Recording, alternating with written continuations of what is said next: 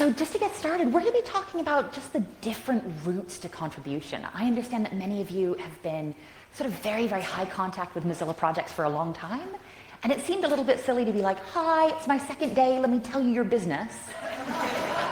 So this is just going to be like very 101. For those of you who are experts, we'll have a little bit at the end about getting the most out of your contributions.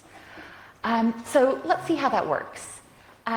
Just to go ahead and recap, my name is Jessica Rose. It is my second day, and I'm having a very weird first week at work. Usually I have a little bit of time to be like, what's that term we're using? Yeah, oh. And no, this time I'm just going to fake it live on stage and let you all know when I don't know something. Because this is going to be a really 101 level talk, it might not be immediately applicable to everybody who's been sort of a super expert, folks who have been around for a long time. For the folks who are just the best of the best and great at everything, can you look very, raising your hand is a bit bold, can you look smug? or laugh aloud. For those of you who may not get as much value out of a 101 level talk, I've added a bribe at the end. So this is my second day at Mozilla, we're getting to know each other. The most interesting thing about me is I have very ugly cats.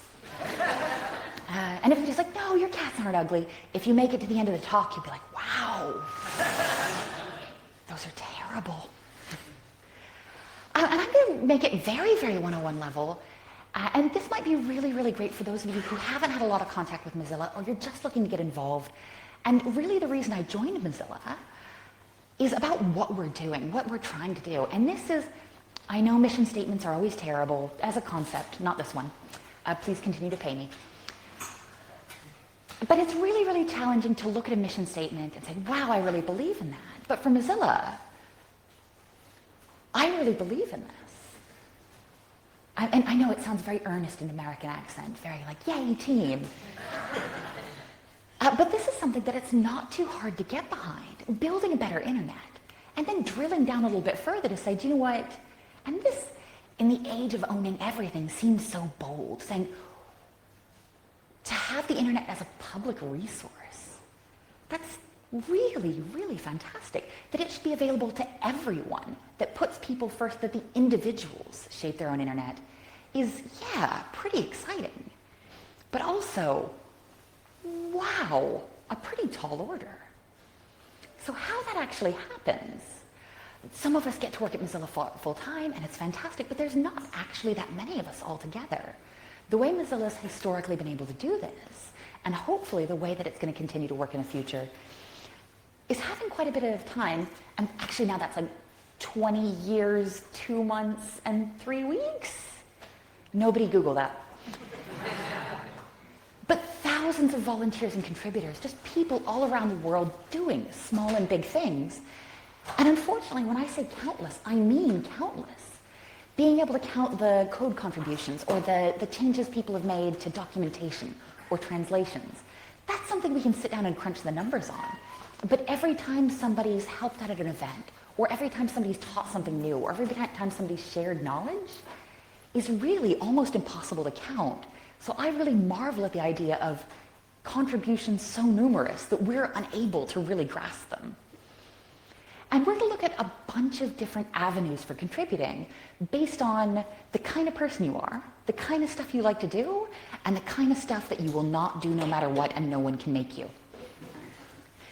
Who here absolutely loves people? For those of you watching on the video, we have fantastic mixed response where some people are like, yeah! And I'm not going to point where, but some just like, no. Like visibly, no. If you love people and you want to be around people and this is your whole thing, there are a ton of fantastic ways to get involved with the Mozilla community or with contributing in person. Unfortunately, this next slide is very, very localized and makes a lot less sense in English. So I'm going to over-explain it and make sure it's not funny. So in English, when you say someone's a ham, it's pretty much this. It's like, oh, I love attention and being on stage. What would that be in French? Is there a term for that? Like we don't have that in French. Like, the general consensus is like, oh God, no, why would anybody want that?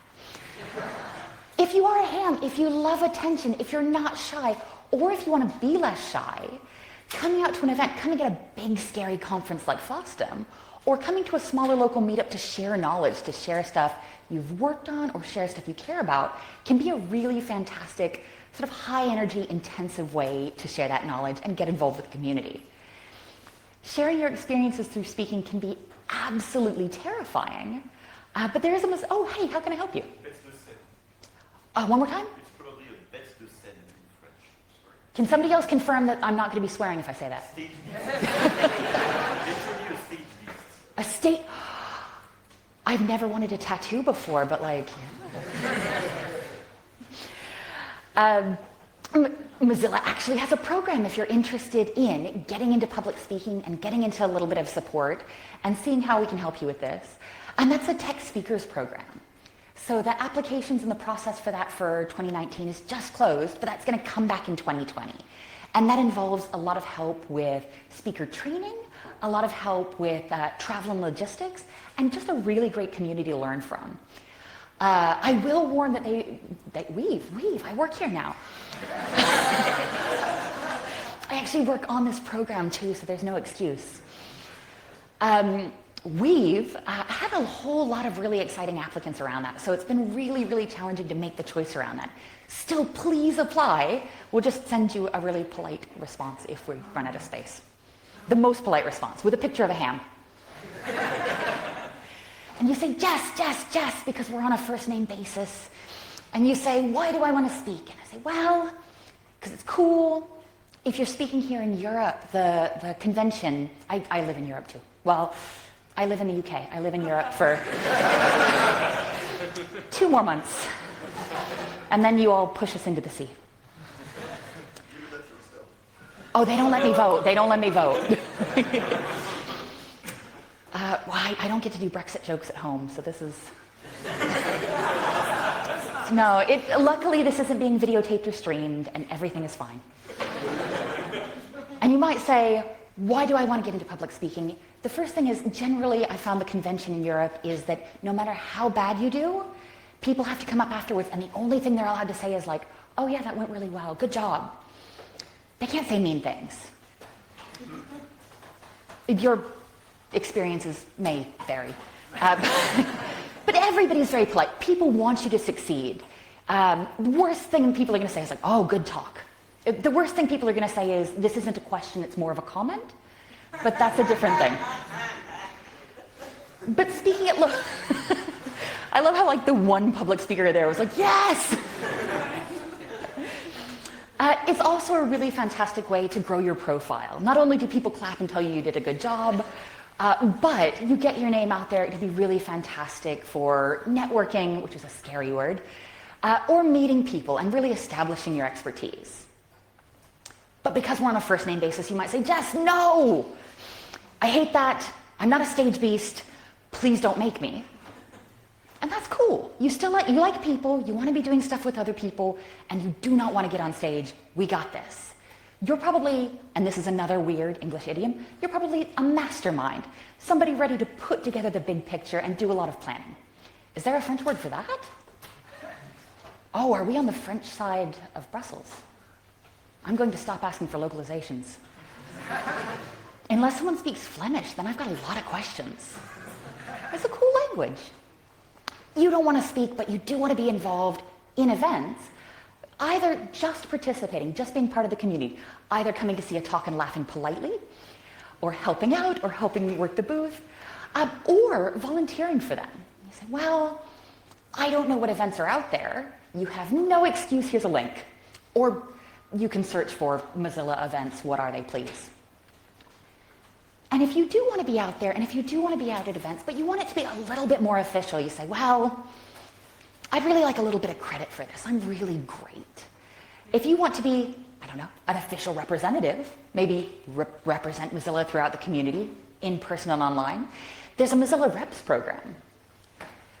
And it's a really, really fantastic way to be sort of a designated person who exists out in the community doing cool Mozilla stuff. If you're doing great stuff, always try and get credit for it. You say, Jess, that's great. I've come to FOSDEM, or I'm streaming this because actually I don't want to be around people all the time. What have you got for me? Code. No, we got a lot of non-human interaction options. You still have to interact with people, but they're filtered through that wonderful, wonderful invention of the internet.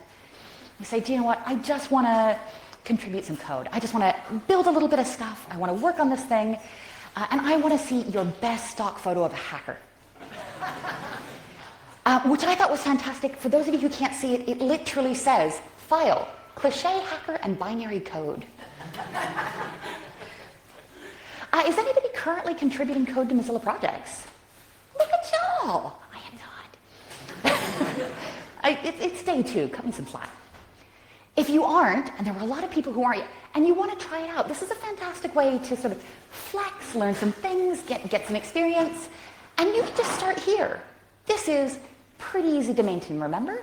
And again, search exists. Be like, how do I'm not going to walk you through how to search. But coming around, you say, Jess, we've been through a couple options yet.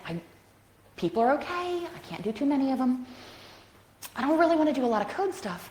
I am inherently artistic. I'm a design maven. I have some great things I want to do. I say, that's fantastic. How about we just give you an open design community to do cool, weird design stuff with?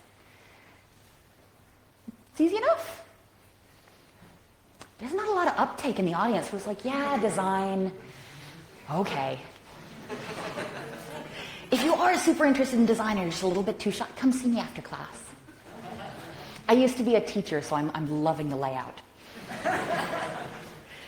For those of you watching at home, we're actually in a classroom, not being very, very strange. And you say, yes, I am incredibly passionate about documentation. And if that's true,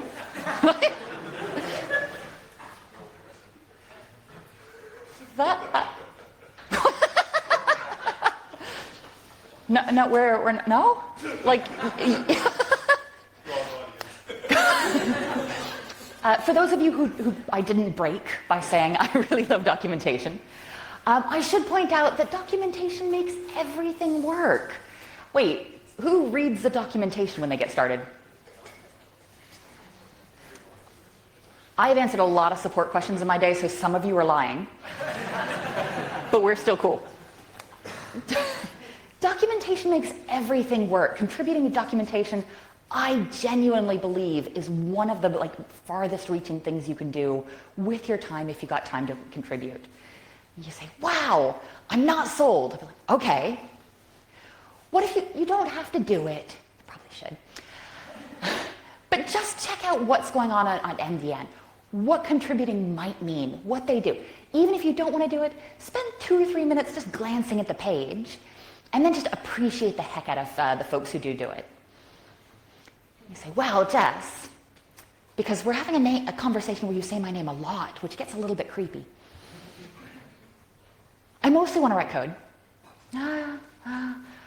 But I am also gloriously multilingual. I could tell you how to say stage beast in French, which I've completely blanked.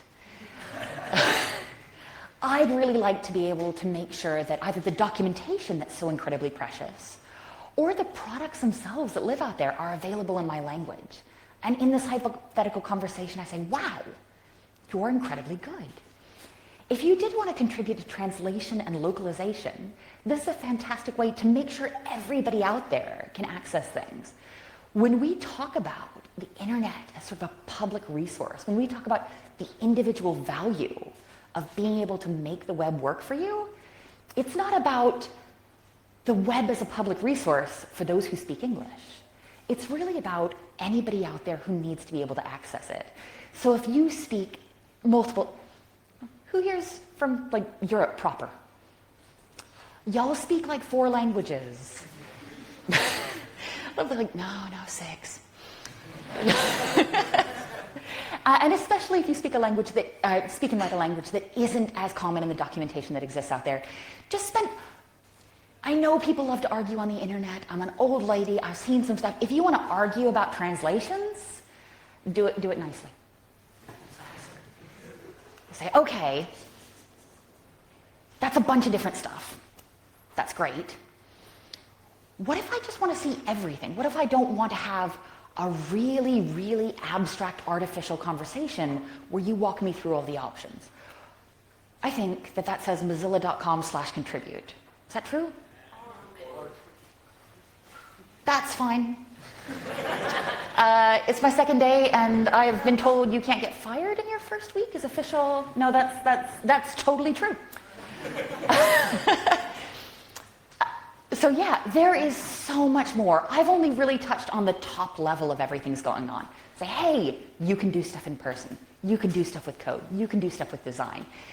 There are an incredible number of projects. Are you really, really excited about augmented reality? Are you really excited about Webpack? Are you really excited about, we determined that many of us were not super excited about documentation, but I am so happy to meet you in the cafeteria and like politely argue this out. All of it's here, and it's all here in like glorious detail. And there's a little bit more. So it's not just, hi, please come do this work. There's also an incredible amount of just campaigns. So those of us who will remain in Europe, not jealous, but there's a lot of really, really strong net neutrality things going on out here. And there's a lot of really, really challenging things that have been going on back and forth in other markets. Being able to take a look at what kinds of campaigns exist, what kinds of sort of quick wins there are in activism or quick wins in projects. This is a really, really fantastic resource to say what's going on near you and what kinds of Mozilla projects or programs might be able to help you support what you're already doing. But in this hypothetical conversation we're having, you say, Jess, I knew that. Thank you very much, because you have to be polite to speakers. You say, thank you, good talk. I already knew all of this. So we're going to talk a little bit about how to get a little bit more out of contributing. So who, right, you can either raise your hand or look very pleased with yourself. Who here currently contributes to Mozilla in any way? So keep it up if you have that on your CV or resume. Okay, that was weird because you're like, I don't contribute, but it's on my resume. I'm so sorry, that was very mean. Like, good call.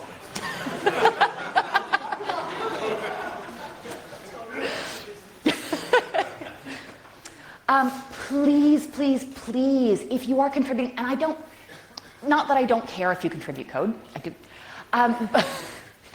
Help. But if you're contributing things at events, if you're helping manage things, if you're working on design, if you're working on organizational stuff, please list that. Make sure that you're tailoring your CV to the stuff you really care about, and make sure that you're getting the credit for stuff you need. Networking sounds very business-like, and it sounds terrible. Like, oh, hi, Miss Business. Oh, hi, Mr. Business. Would you like to do a business? I have no idea how adults do things. But networking isn't all about like, oh, good day, Mr. Business. I hope not. Being able to get in touch with people either on or offline and work on projects you genuinely care about is something that's really valuable. And choosing to contribute is especially interesting because you get to choose. Who here is absolutely, who here is with their manager? Don't like, just say, yeah.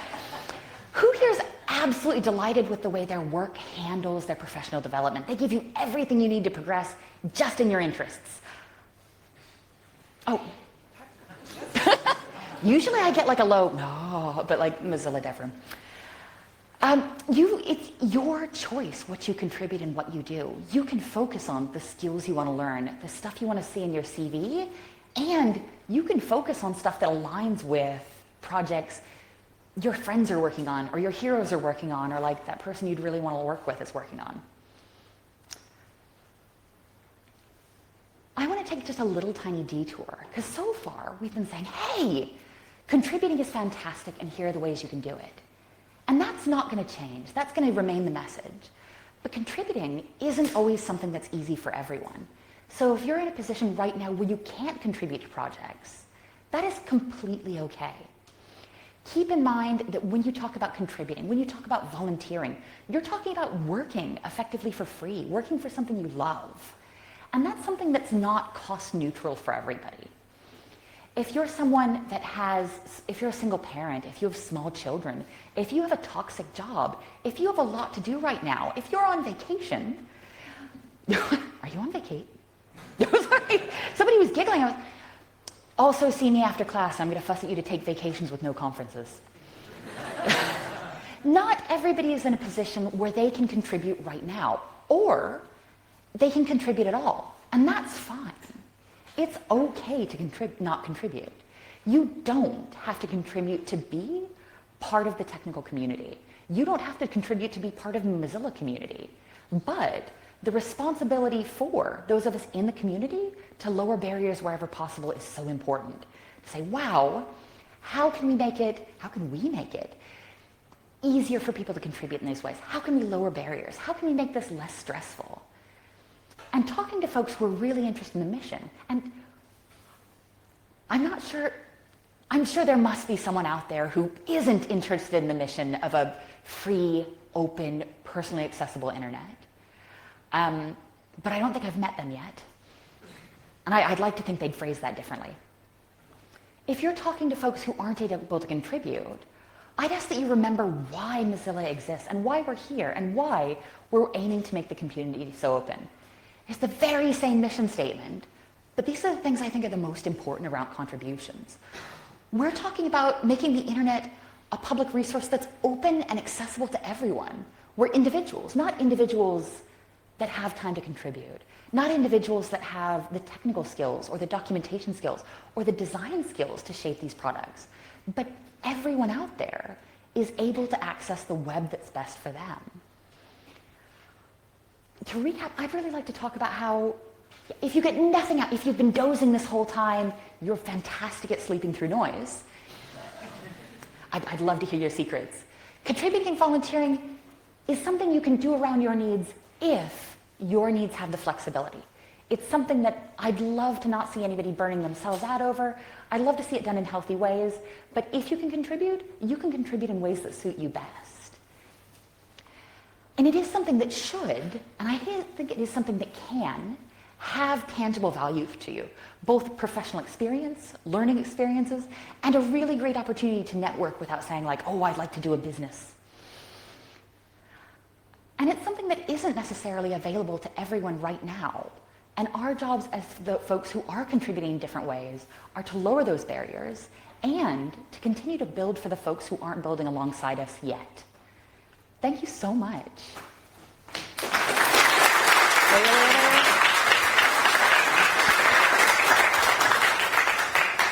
The hard part is now you have to like pretend to make a face like this is cute. Really? Because like, wow, nobody's ever gone no out loud before. And if you do want to, I'd love feedback. I'd love, if anybody wants like good talk, these are places you can find me on the internet. Thank you very much.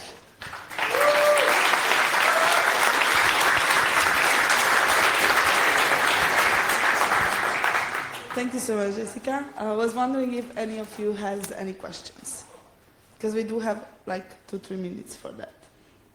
If not, yes, you can always reach Jessica, especially on Twitter. I know she's active there, so I didn't stalk her yet on other channels.